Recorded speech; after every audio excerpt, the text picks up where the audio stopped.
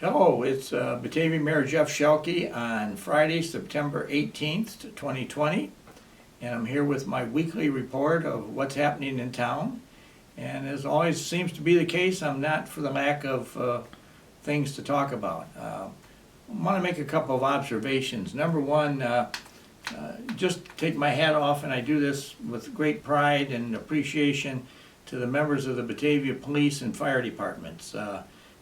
This last few months have been very, very trying times for them. Not only the COVID thing, but there's a lot of seemingly other reactions that occur amongst folks. And in the case of our fire department, they've had a huge number of ambulance calls. I've just checked the record before I started here this afternoon, and already we've had 7 ambulance calls in Batavia today. And there were a couple of times in the last few weeks when we've had as many as 26 and 20 in a day. So when you get those types of numbers, it shows you that there's a number of people that are in need or are having accidents or stressful situations or health challenges. It seems like as I think about people in Batavia and people I know who are dear friends, I know several who are kind of recuperating from injuries from accidents or falls that they've had. And they've also seemingly had quite a few passing aways of residents in the community. I mentioned last week that there were a couple that I've been waiting to find out more details about. One of those was Marilyn Anderson, who many of you may remember worked at the Batavia National Bank and later the Batavia Bank over at Wilson and River Street. And she was there for 44 years. And was a teller and later was kind of one of the principal people kind of behind the desk as far as meeting and greeting and knowing who everybody was. And she was just a very stalwart and steady resident of our town. Marilyn's father had been the street superintendent of Batavia in the 1930s through the 1920s. And had done really a nice job of doing some, converting over a lot of what had been gravel streets into its first paved streets. And so the family really left a very solid mark of approval on our community for all their efforts that they did. And so I attended Marilyn's funeral this past week and had the honor of being one of the pallbearers for her down at the West Side Cemetery. But I just wanted to pay a word of tribute to her because she is one of that great group of kind of quiet, hardworking, dedicated, community-loving people that really makes Batavia a very special place for us all to raise families and call it our home. And so I just wanted to say a word of appreciation and tribute to Marilyn for all that she did to make Batavia a very nice place. That being said, I also wanted to make note that there's a number of people who are in hospitals or in nursing homes or resting at home trying to look out for themselves. And if you know somebody in the community who is having those types of difficulties, I would encourage you to try to reach out to them, see if there's anything you can do, whether it's if nothing more than just sending them a card and wishing them well and letting them know that how much you appreciate and their friendship and their communications with you, because I think those things hopefully go a long way to showing people how well they are liked and appreciated and how much they mean to you from your relationship with them is. And there's countless people that I'm talking about that you could apply these stories to, but it's just a general Batavia message out there that we are a wonderful town full of really nice people. And I would hope that all of us, when people get in a moment of down and they get injured or hurt, fall at a backyard party or something, or they even stumble on a city street, that we will be paying some extra special attention if it's nothing more than just a card in the mail. So thanks to everybody who's continuing to do that, and thanks, best wishes to everybody who's kind of down, and hopefully they're all back up on their feet in the very near term. I've got a couple announcements I'd like to make. We have installed the new bike sharing program in Batavia. There are bikes now available for rental. They're in the front of the Batavia City Hall, right next to the newly re-erected windmill right at the corner of Houston and Island Avenue. And there's another rack of them over at the Depot Museum right by the bike trail. And you have to put an app on your phone, and then they'll give you the information on how to unlock the bike and where to return it. And I guess you give them a credit card number, and they will be billing your credit card for the rental time that you have that bicycle. So that's a new thing. You'll see the bikes around town. They've got kind of a white encagement on the pedal area so that they kind of stand out, but they really are something that I think is kind of a message to the future of things that are going to go in that direction, and a lot of people will get some great exercise, and the community will continue to lavish and appreciate our bike trail network, which I'm very proud of the fact we were one of the first cities in the region to put the bike trail system into place.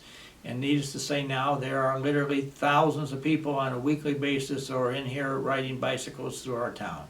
And I guess I would just close by encouraging all those who are riding bicycles to please observe the rules of the road, the stop signs, the stop lights, the speed that they're traveling, because you are subject to law enforcement rules, and you could get a ticket if you misbehave on the bicycle. So please be very cautious.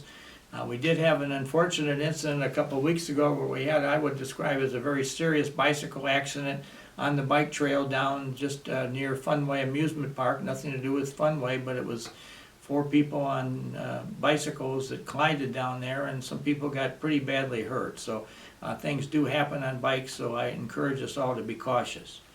I today would like to say a special word of thanks to John Dillon, who is our retired water superintendent, and to Batavia resident Ron Link, and to Batavia resident Al Rundy, who really showed up here for the last year and a half and undertook the project to repair and basically remake the windmill vane that is on the legendary windmill that stands right at the corner of Island and Houston, right by the Batavia City Hall.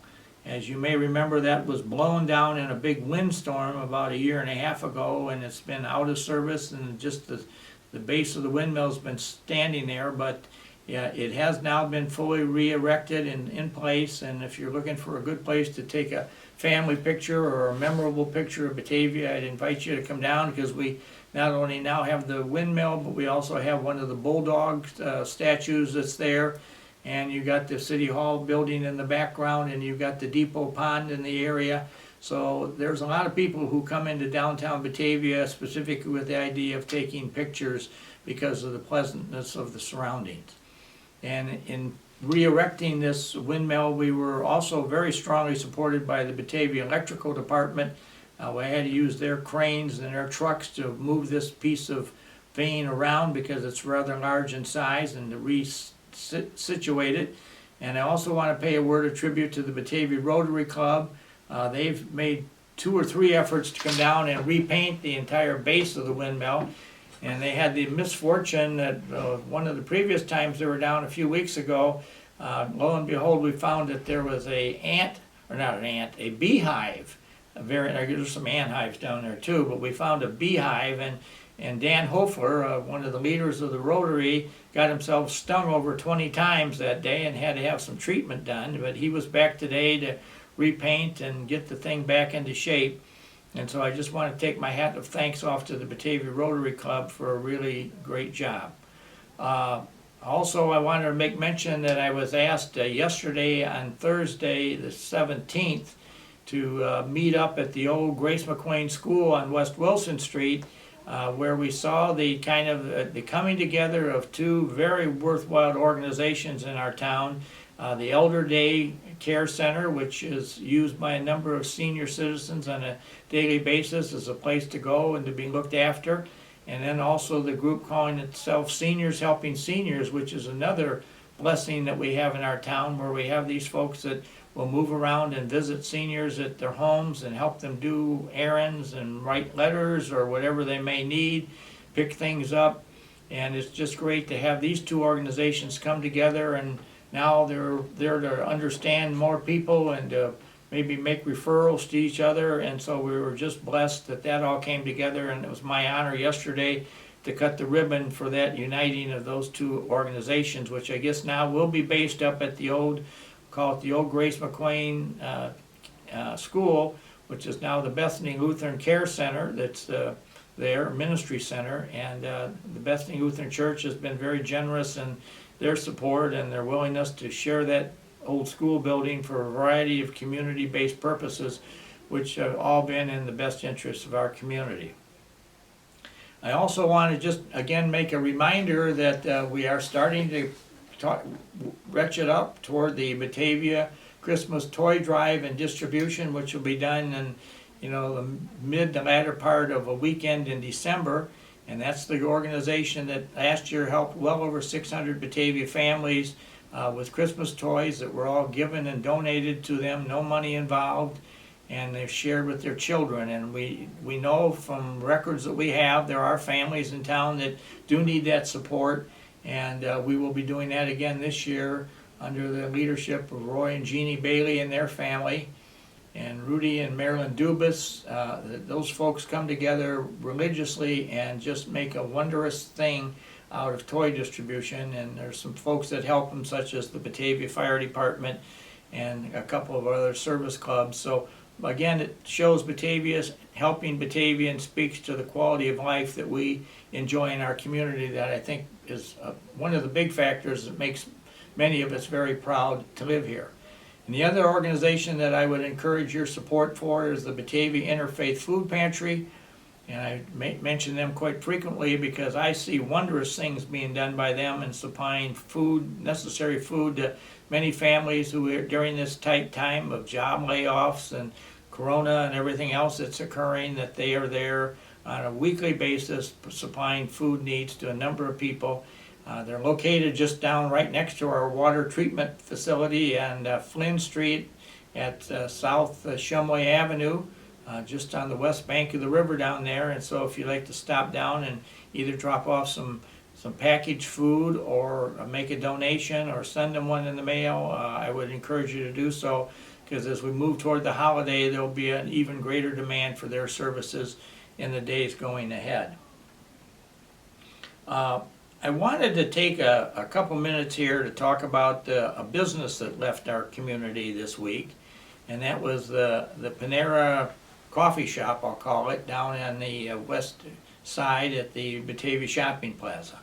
And I've got a photograph here that was taken in early December of 1963, and this is when the then Jewel grocery store was just newly being built. And they are announcing on the front window here a celebration of their grand opening the week after this picture was taken. Interestingly, right next door to it was a Ben Franklin dime store, which was part of Batavia for about well over 20 years, and then that gradually phased out and eventually was replaced by Panera Bread. And unfortunately, because of business conditions that are existing, Panera made the decision to terminate this location in Batavia for the moment. And I would hope that they will be giving other considerations to a Batavia location as we move forward. They certainly didn't leave here with any despair or animosity toward the city or the city toward them. Basically, I would tell you one of the big challenges that this location had is that the Panera business has now become somewhat important to have drive-through window ability. And if I'm sure many of you have been to their other facilities nearby, one down in Aurora near the intersection at Butterfield and Kirk Road, and the other one in Geneva on Randall Road there, pretty near the Marshall's department store on Randall Road in Geneva. And those have been very successful because they have one thing that you didn't have in Batavia, and that's a drive-through window. And I just want to share with you the fact that the city staff and myself and others spent some significant amount of time looking at the idea of how we could retrofit into the Batavia downtown location a drive-through window. And just because of the location of the store, the drive-through didn't work. The best way we could have done it was to bring it through an alleyway that's on First Street, pretty near the animal clinic that's right there. But unfortunately, if you brought it in that direction, when the car got up to the drive-through window, the window would be on the passenger side of the car. And that is not a convenient usable, workable situation in the opinion of Panera. They want to have it on the driver's side of the car. Well, if we had tried that, we could have dropped something on Water Street, but it would have been very problematic because there wasn't much stacking room, and we could have seen a situation where we would have had a line of cars basically blocking all of Water Street, and of course right at the moment it's already blocked by the setting up for the summertime picnic tables that Batavia Enterprises has been donated and put up there. But if we're going to get the street reopened, having that drive-through window coming in that direction could have been very problematic, I think, in our opinion. So they've gone now, but hopefully they will be back. I'm optimistic that something will occur, and it may very well be on either Randall or Kirk Road as time marches on, but we are hopeful that Panera and their good products will be part of our, and there is, they're not very far away where they are, but they're not in our city, and we regret losing them.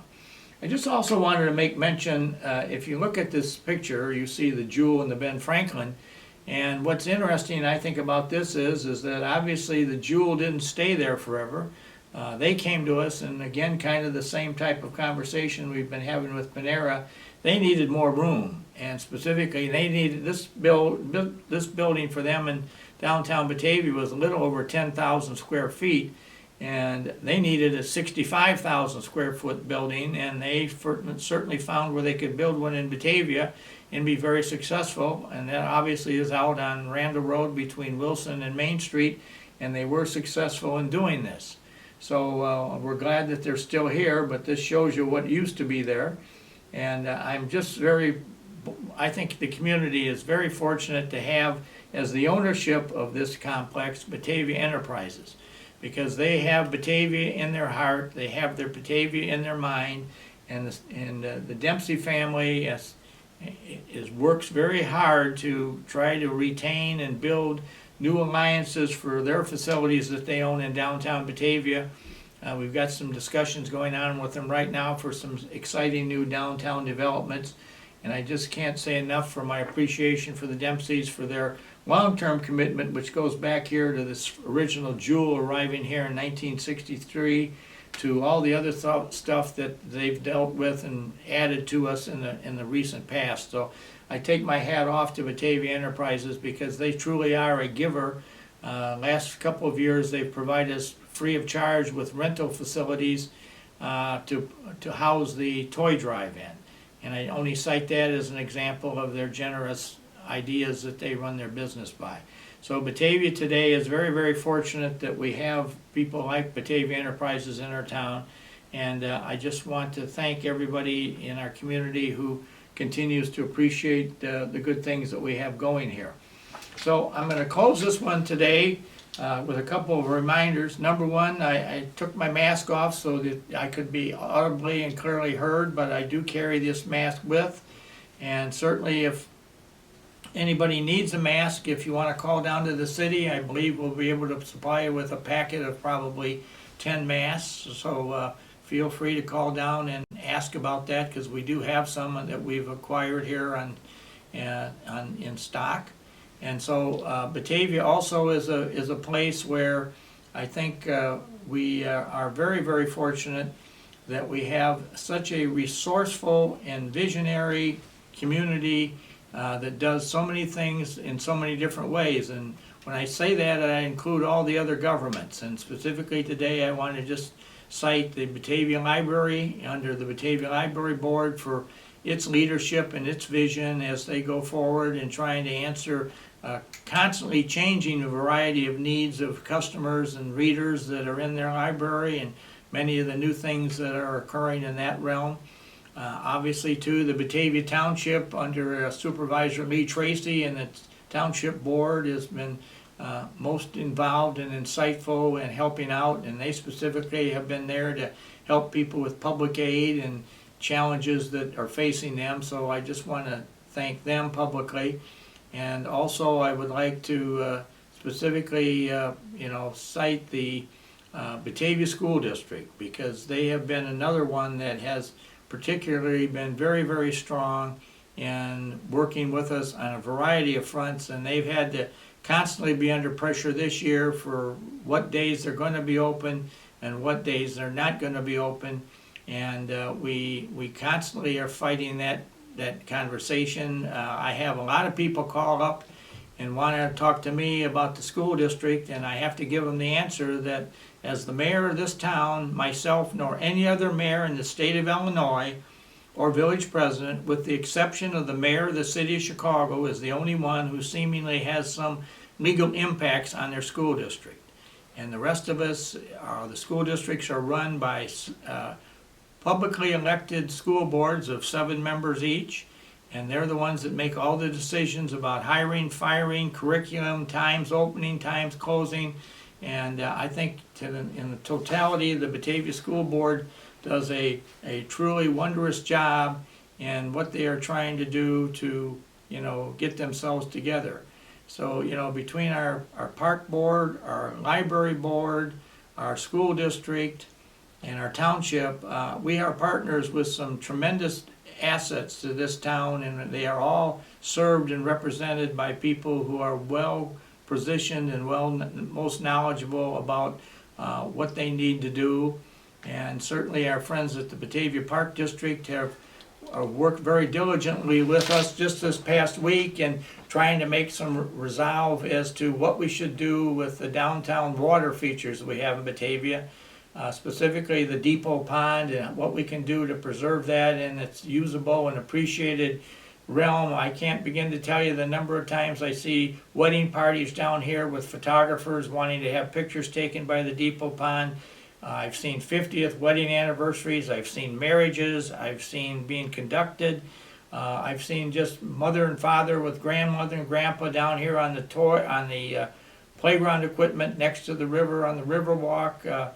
Thanks to the Batavia Park District and their good efforts, and certainly the Peg Bond Center, which was a donation to the community by the late Peg Bond, has been a wondrous and valuable gift to this town and has really made this a great place. So I give the Batavia Park District a big thanks too for all that they have done to be our cooperative partner. But this past week, the City Council and the Park Board voted to approve a contract for a design, engineering study and design of how we can preserve the Depot Pond and make it into something that will be a lasting part of Batavia for many years to come.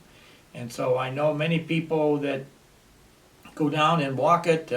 I have friends who tell me that in their lives they've experienced very serious losses of friends or relatives, and that one of the things many of them seem to always do is to take a walk down on the islands or on the Riverwalk around City Hall, and they remember people that they've lost and appreciate very much. Gives them a nice, quiet, serene area to do that.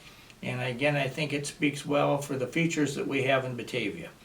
So again, I thank you all for watching. I hope that I don't labor on here with too much information, but everything I've just talked about I think is somewhat vital information that I would hope most of you would appreciate, contemplate, and share. And I look forward to talking to you all next week. Stay safe and have a good week.